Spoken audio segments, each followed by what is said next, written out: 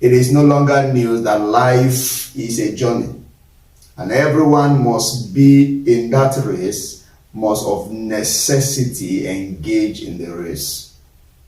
It has been said that it's not a sprint race, but a marathon race. In other words, the energy reserved, the energy needed to run in the race must be conserved.